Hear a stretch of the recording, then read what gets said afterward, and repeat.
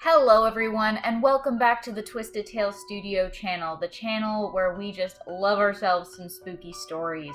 Seriously, if I could mainline horror stories directly into my brain, I probably would. But, unfortunately, that technology does not exist yet, so I'm just gonna have to settle for reading a whole lot of books instead. I love myself a good horror novel, if that isn't obvious by all of my other videos on this channel.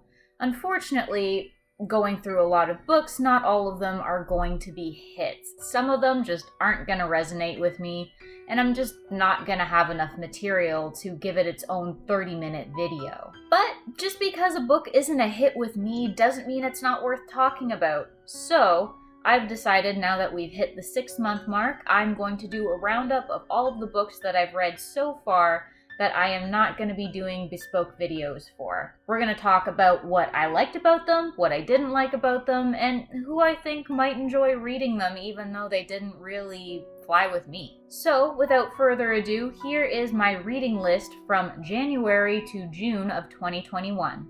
Coming fresh off of New Year's, the first book that I read this year was Hunted by Darcy Coates. The book is about a guy named Chris and his 3 friends who go travel into the middle of these deep, dense woods trying to find Chris's younger sister Eileen, who went missing several days earlier. The local police were a little bit slow on the uptake to go searching for her initially when she was reported missing, and by the time they got around to it, there wasn't really a trail left to follow. So you follow them into the woods, and it's immediately apparent that Eileen's disappearance was not exactly an accident. Flipping between Chris's perspective and the perspective of one of the local cops, you soon begin to realize that a lot more people have gone missing in this particular patch of woods than they had originally assumed.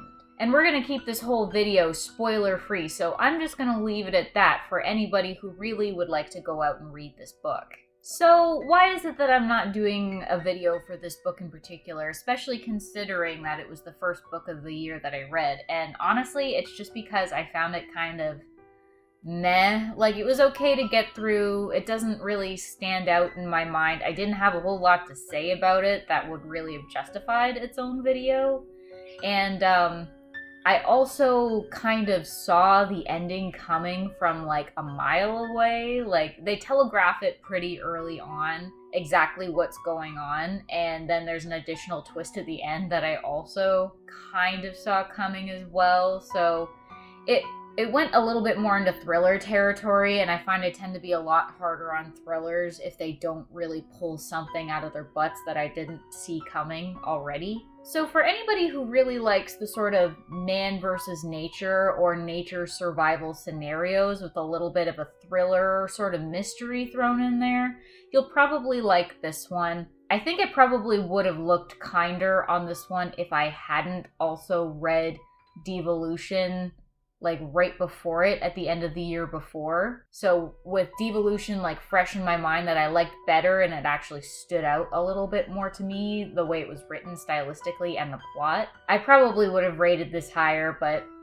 c'est la vie. So next up, the second and subsequently third book that I ended up reading this year was Anna Dressed in Blood and Girl of Nightmares, I don't have a free hand to do this with, by Kendare Blake. So Anna Dressed in Blood and its sequel, Girl of Nightmares, center around a kid named Cass. Now, Cass is a little bit unusual in that he is a professional ghost hunter who kills ghosts, which I know sounds like a bit of an oxymoron, but just roll with it. He's got like a special knife thing that sends ghosts to the afterlife or something. So he travels across country, basically across the continent, in the world actually, trying to track down and neutralize dangerous ghosts that are hurting people. Well, he eventually ends up in Thunder Bay, Ontario, because he's been tipped off to a very violent ghost that the locals call Anna Dressed in Blood.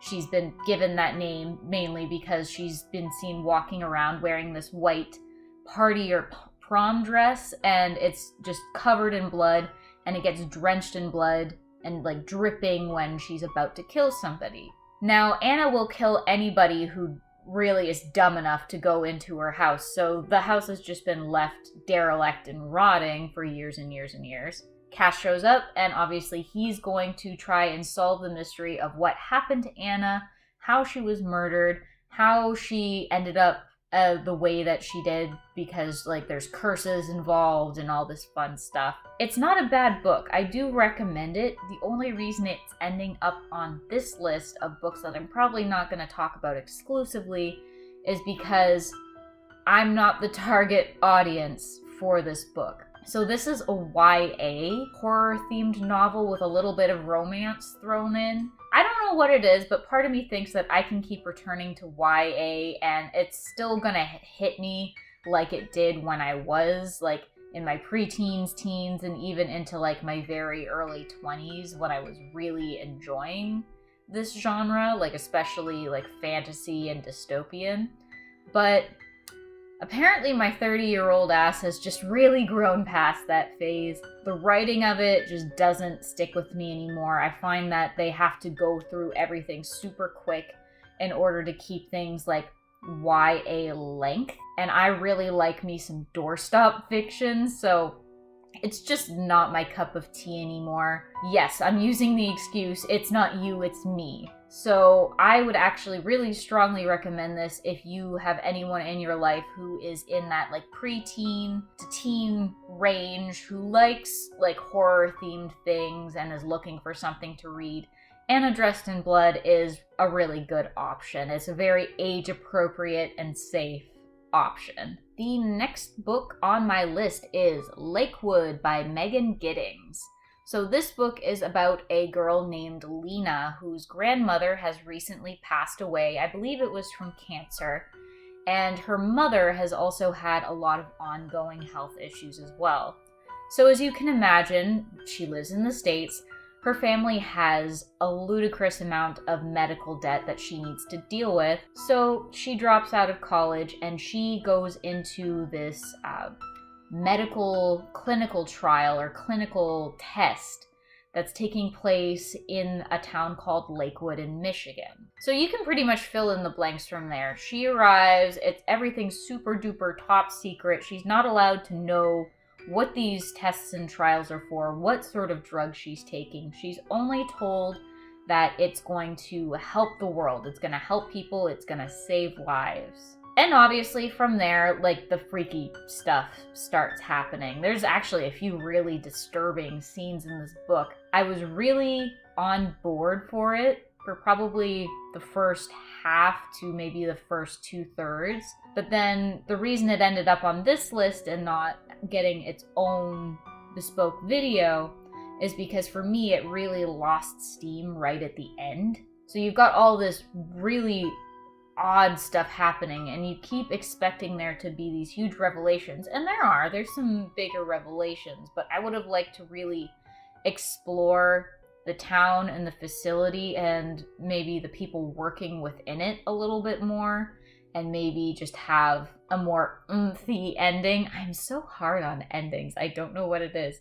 You need to stick the landing with these things. But yeah, as for anybody who I would recommend would read this book, it's not bad. Like, again, this is just kind of another one of those middle of the road ones for me where I just didn't feel like I had enough to say. But it really gave me like Catherine House or Handmaid's Tale sort of vibes. It's very much talking about social class inequality, race inequality.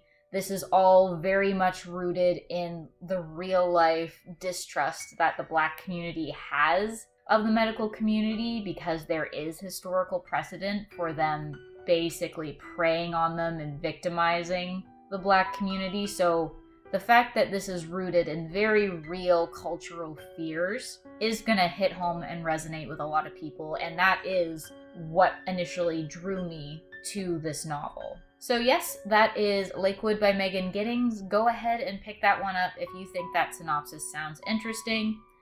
Don't let my personal opinion affect whether or not you give this book a shot. And the next on the list is The Invited by Jennifer McMahon. I really hope I'm McMahon? I really hope I'm saying that correctly. I apologize if I'm not. So, the synopsis of The Invited goes thusly.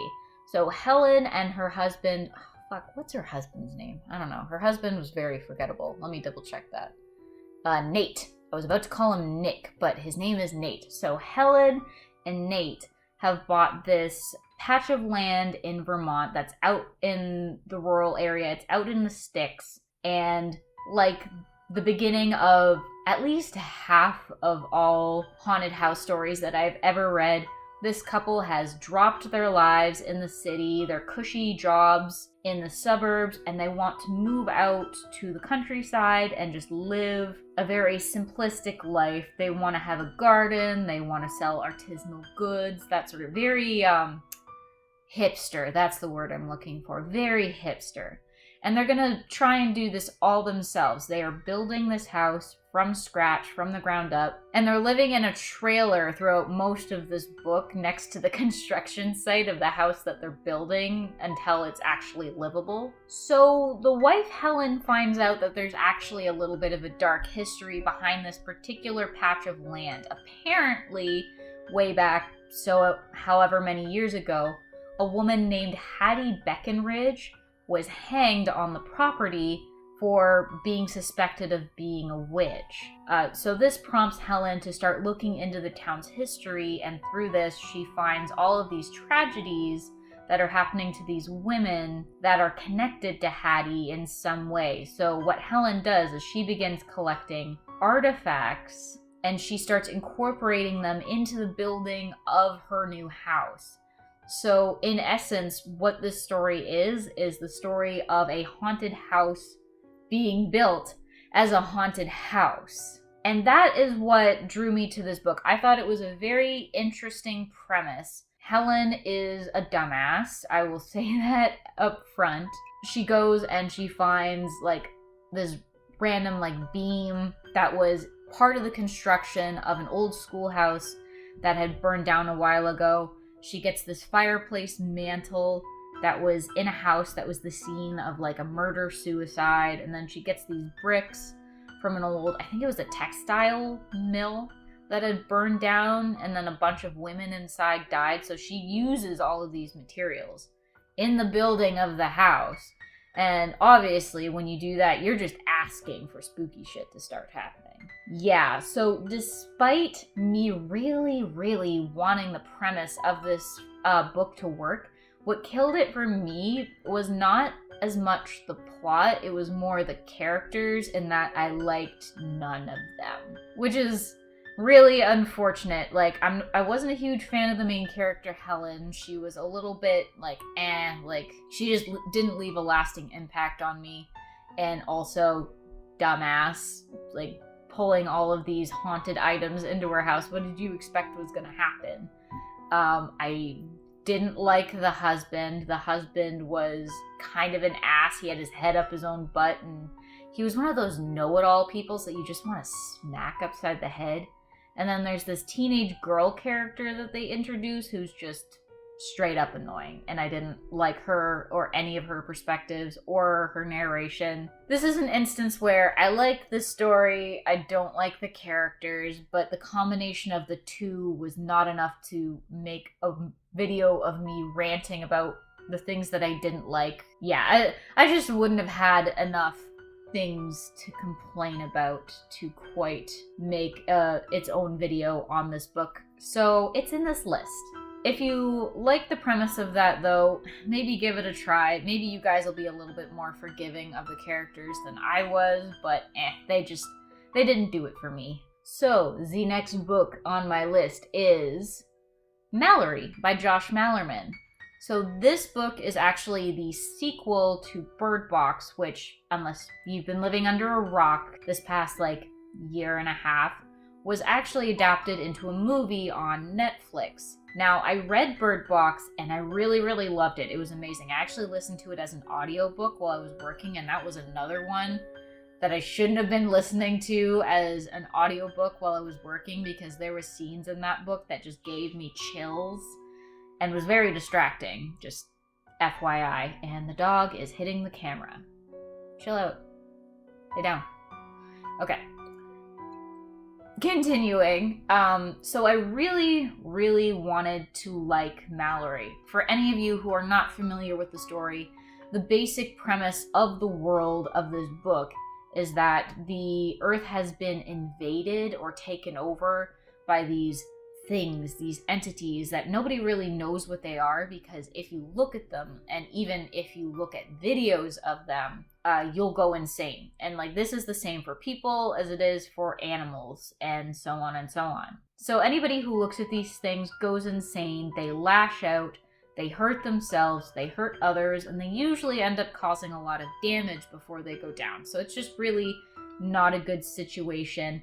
Chaos ensues, a lot of people die. So the story mainly follows a woman named Malorie and her struggles in trying to not only survive, but also raise two really young kids in this new world where they're not going to ever be able to just look outside a window and not risk going insane. So the first book ends where it ends. I'll try and keep this as spoiler-free as possible, but that book ends and it's all nicely wrapped up, and like, it really didn't need a sequel, but I was hopeful. So Malorie takes place 12 years after the original book, and it basically undoes a lot of what the first book did that I liked, and messes with characters that I also liked and made me not like them, and it was just unnecessary. I almost considered doing a bespoke video on this book just because I really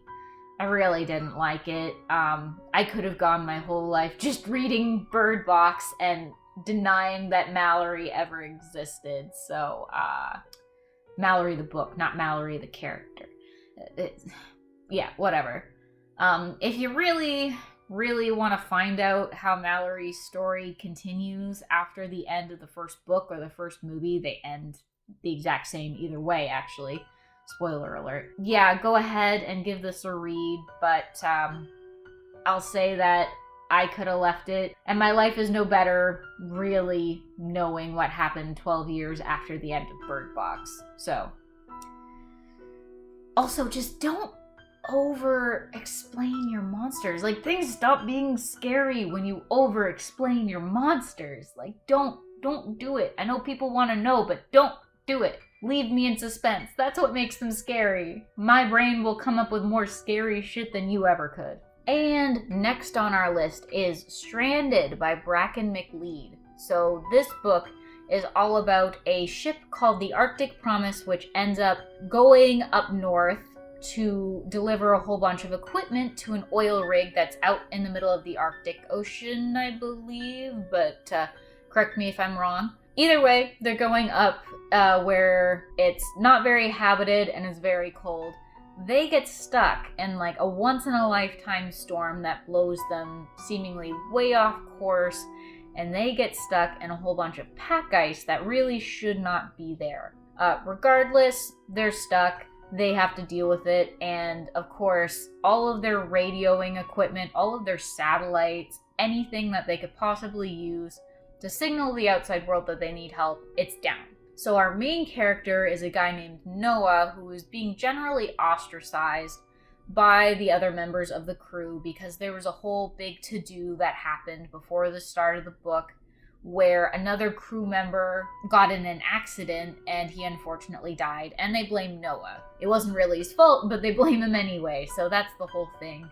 That's causing a lot of tension in a time when they really should just be focusing on trying to get out of their situation. But of course, like, men be men, and they have their big, delicate man egos, and everyone is blah, blah, blah. Yeah, it's a whole lot of arguing on the ship.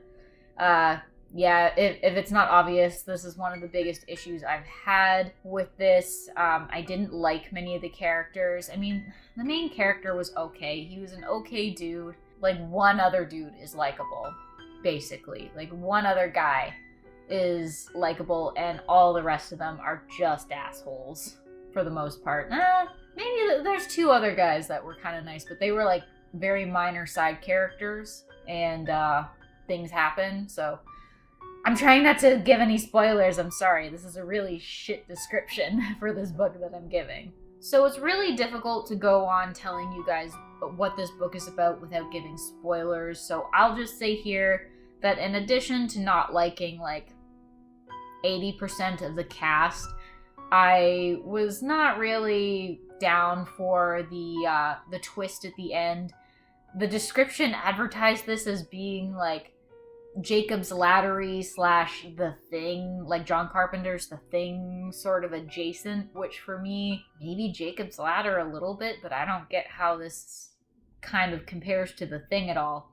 It wasn't what I was expecting, and it just didn't have enough oomph for me. That's my technical term with this video. There was not enough oomph in that reveal. Yeah, it was just kind of bleh for me. I didn't hate it. I didn't love it. I didn't have really a whole lot to say about it. I finished it and I was just like, cool. But yeah, anybody who is like me and who really likes that man versus nature with a little bit of a supernatural twist thrown in the end just for a little bit of flavor, you might like it. I would personally read The Terror by Dan Simmons before I would recommend this, but this is kind of in the same-ish vein.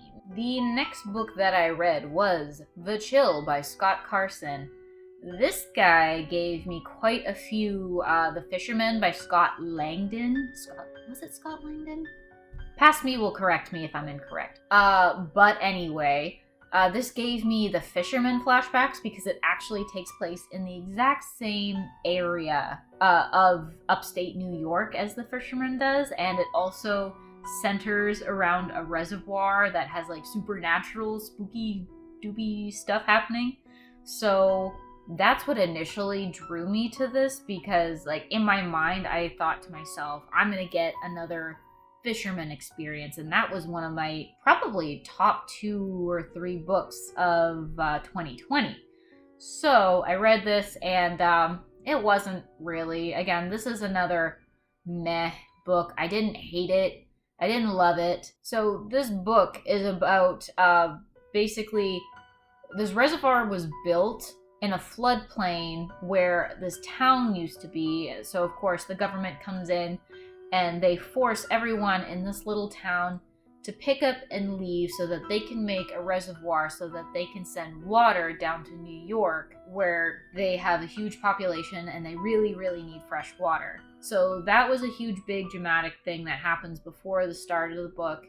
And of course, there was going to be a whole bunch of people who did not want to leave, who did not want to give up that land. And that was a big, dramatic to-do. A bunch of people ended up, I believe, getting trapped inside a schoolhouse or a church, and somebody burned down the building with all of these officials and important people inside. So that sort of thing just basically carries over into the future, like 80 or more years later, when over time these supernatural forces have been slowly sort of working their magic below the surface of the reservoir, so to speak, but also kind of literally. So you got like a few different characters going on in this book. You've got Jillian, who is a cop that works the town around here, and then you've got this kid whose name escapes me right now.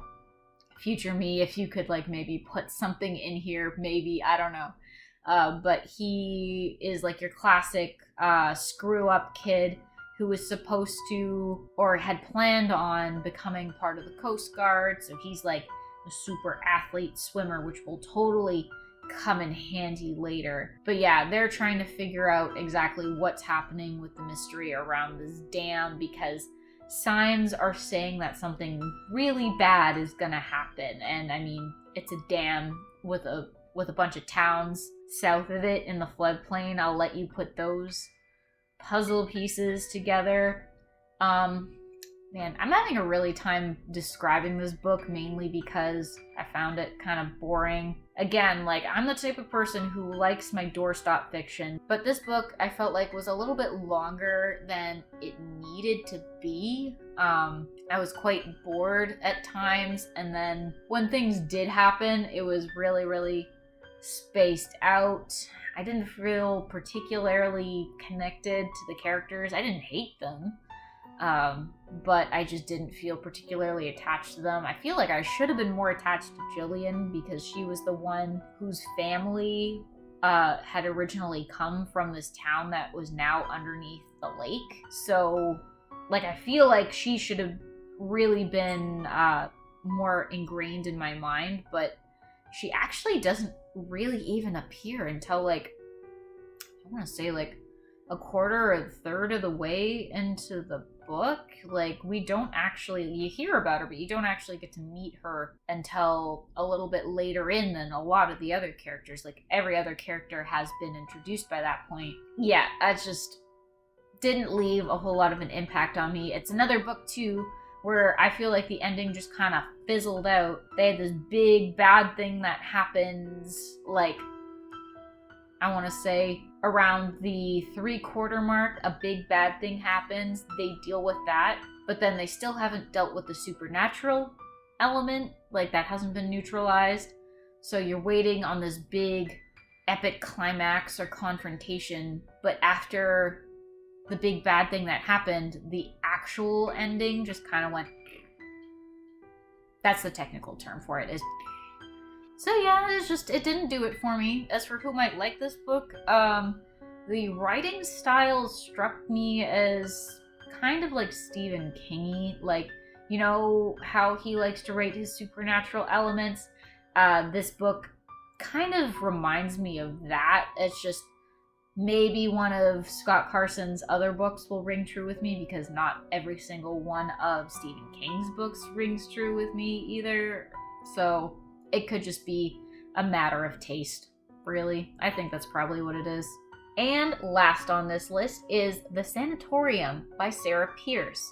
So this book is about a woman named Ellen, who is a detective who is basically on a leave of extended absence, like an extended sick leave. I said that really poorly, but I'm going to leave it in anyway, whatever. So following a really bad incident that happened in a case, she is off work for several months, I believe, and she's on extended sick leave. Well, she gets an invitation from her brother Isaac to go up to this very remote hotel in the Swiss Alps to celebrate him getting engaged to a childhood friend of hers, whose name is Laura, or Laura? Something like that. Her name is, we're just gonna call her Laura. So she goes up with her boyfriend to this hotel that was actually a renovated sanatorium where they used to send patients with TB and other illnesses to go up and take advantage of the fresh mountain air and hopefully recover from their illness. Following the introduction of antibiotics, obviously, they ended up closing the building down. It was derelict for quite some time until these two men came along. One guy's name is Luke, the other was Daniel. One of them was like the business end of things, and the other guy was more the architect, who was redesigning the building facade and basically setting everything up so it could be a hotel. The book starts with Daniel getting killed, like right off the bat. That's not even really a spoiler, that's prologue. So prologue, Daniel gets killed, but the hotel opens anyway, despite this man going missing. And when Ellen arrives, she meets her brother. There's a whole bunch of like family drama with them that I won't get into because I don't want to spoil anything. But we get into thriller territory when a huge storm comes in, starts triggering avalanches. So everyone at the hotel has been cut off, basically, from the rest of the world. The police and emergency services can't get to them. And that's when they find a body in the pool. So this is a thriller. Obviously, it's a little bit more thriller than I normally read. But the book is Ellen trying to figure out the mystery of who is the killer. It's your basic whodunit story. So by all accounts, this book is quite popular. It kept showing up in my recommended list, and when I tried to put a hold on it at the library, I ended up waiting something like 200 days before I actually got a chance to read this book. So like going into this, maybe my expectations were like a bit on the high end, just because there was some hype. Like even on the cover, it says it's part of like the Reese book club, which I believe like Reese Witherspoon has a book club. apparently we don't have the same taste in thrillers, because I didn't really enjoy this one. I thought it was really slow, especially in the beginning to start. It takes quite a bit before you actually get to the point where the avalanches are happening, and then for the body to turn up. Like, you know this woman's missing fairly early, but it takes a while for the actual body to turn up. God, I'm really bad at estimating at what percentage, especially because I was reading this as a Kobo book. But I feel like it was like halfway through the book before the first body turns up, and people actually know there's something going wrong. So yeah, the beginning of this, it sets up a whole lot of different types of drama that kind of overlap with one another, but I felt like you could have cut a couple, like at least one of Ellen's subplots out, and nothing of value would have been lost, because like she had a thing where her younger brother died when she was really, really young, and then on top of that, she also had this really difficult case with her as a detective, and I feel like the issues that those caused were similar enough that you could have taken one of those away, expanded on what was left, and nothing of value would have been lost as far as the plot went. Like, Ellen's motivations and reactions to situation would have stayed the same, which leads me to my second thing. This is another one where I liked, like, almost none of the characters. I didn't connect with the main character. I get that she was going through a lot of trauma, like she had serious PTSD going on, but for somebody who used to be a cop, she still struck me as a real pushover. Like, she lets people bully her into doing things or saying things quite a lot, and to me, she just really lacked a spine. Like, even though she is taking time off for her mental health, which is good, she didn't strike me as the type of person who, even before all of this trauma happened to her, would have been a very assertive cop, which doesn't strike me as a good thing. I didn't like her brother. Her brother was kind of an ass. Her boyfriend was just kind of along for the ride. The other members of the staff were only important for brief periods, and then when they did have their moments, it was kind of expositioned into existence. Ellen was making leaps of logic on like super tiny minute details, like little flakes of paint or whatever, and like stuff that is a real stretch to think that she would have remembered, but you know, whatever. Some of it was believable, some of it I was just like, I'm suspending my disbelief for this one just so I can get through the book. But what really kind of put the nail in the coffin for me on this one, and why I almost went in and made a separate video for this book in particular, was the, 2.5. Because I know it was more than 2, because I freaking counted. It was more than one full chapter of exposition at the end. It was a monologue by the person who done it, and oh, did that suck. It was the most annoying thing ever. So, like, the big reveal has happened. You know who the killer is, and then the killer starts monologuing because they have to explain how all of these little things that have been introduced throughout the story are interconnected, and I hated it. Like, thanks, I hate it. No, like, I would have been like kind of meh or okay on the story until that point. I want those 2 chapters taken out completely. I hated it. If you need 2 chapters of your villain explaining why they did what they did, you didn't do a very good job of setting up that character's motivations or foreshadowing those characters' motivations. Like, I'm sorry. So yeah, this is probably the only book on the list where I'm just like, I don't personally recommend it. Somebody who is really into thrillers might like it. I did not like it. Nope. No thank you. And that is my list for today. Obviously, I read more books than just those. I say obviously like it's a humble brag or something. But yes, I did read more books than that. Those are just the books that I know that I am not gonna want to do individual videos on. Anything that I left out was either a comic book or a book that I can foresee myself doing a video on, even if it's just pairing it with another book.